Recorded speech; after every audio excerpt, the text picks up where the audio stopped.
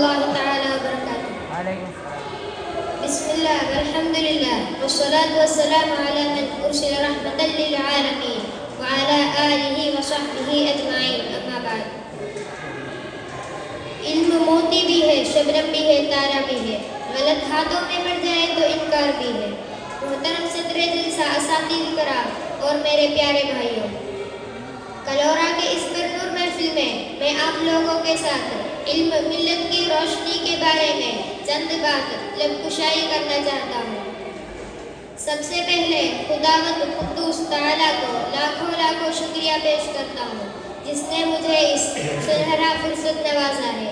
الحمدللہ الحمدللہ علی کل حال و کل مقام.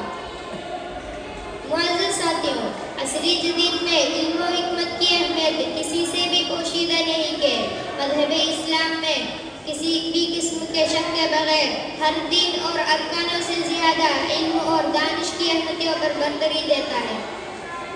علم کی فضیلت و عظمت ترغیب تاکید مذہب اسلام میں بلوغ اور دلاویز انداز میں پائی جاتی ہے. ارشاد خداوندی ہے من یرد اللہ بہ خیرا یفقہہ فی الدین، یعنی اللہ جس سے خیر ارادہ کر لیے تو اسے اللہ دین میں فقیہ بنائے.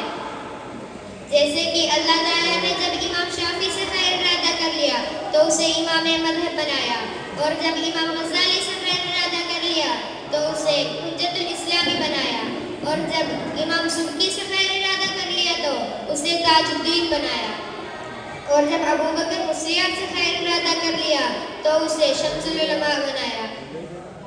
پیارے ساتھیوں، ہمارے نبی اکرم صلی اللہ علیہ وسلم نے علم کا چراغ لے کر جہالت کے اندھیرے کو روشن کیا، آپس میں لڑتے ہوئے قبیلوں کو سینے کا سلیقہ بنایا اور بلند آواز میں اعلان کیا، اے لوگ، علم اللہ کی روشنی ہے، اسے بجھایا نہ جانے دو.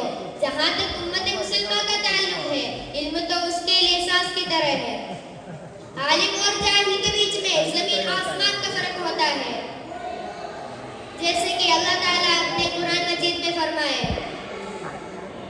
قُلْ هَلْ يَسْتَوِي الَّذِينَ يَعْلَمُونَ وَالَّذِينَ لَا يَعْلَمُونَ.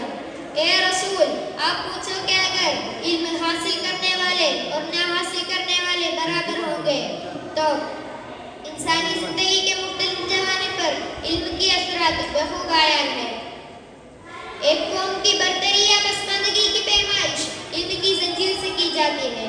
مسلمانوں کی تاریخ کی ابتدائی صدیاں ان کے عروج اور ترقی کے اہل مثال ہے، جبکہ ہجرے کے دوسرے صدی میں مسلمان عالم کی سب سے بڑی طاقت بنی تھی. میرے آقا صلی اللہ علیہ وسلم کے پیارے دیوانوں، مذہب اسلام میں علم دستیاب کرنا عبادت سے بھی مقدم جانتا ہے.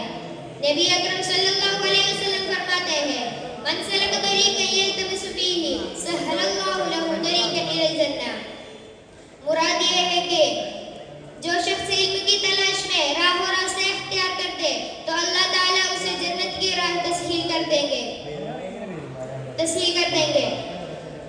طالبوں کی علم کی حفاظت کے لیے اللہ تعالیٰ نے فرشتوں کو بھیجا ہے اور دیگر نعمتوں بھی فراہم کی ہے جس کی کوئی قوتی تعداد نہیں ہوتی. اسے نظر انداز کرنا اللہ کی ناشکری ہے. اللہ تعالیٰ ہمیں اچھا راستہ دکھائے. وآخر دعوانا الحمدللہ رب العالمین.